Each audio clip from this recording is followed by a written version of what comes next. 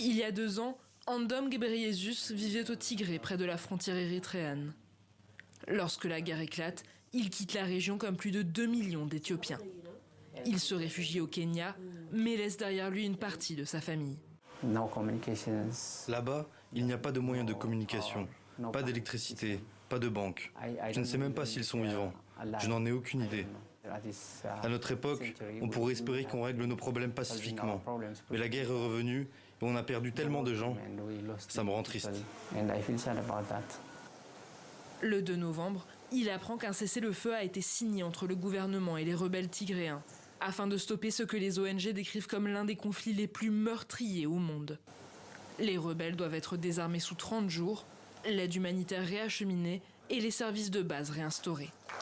Andom se dit soulagé, mais il ne croit pas à l'accord sur le long terme.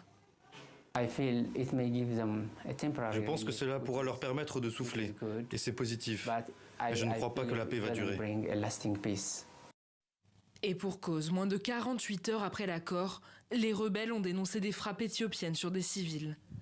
Quasi coupée de tout réseau de communication, la région est inaccessible aux observateurs indépendants.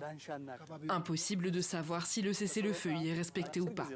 Vendredi, le chef de la diplomatie européenne a estimé qu'un retour permanent à la paix serait très difficile.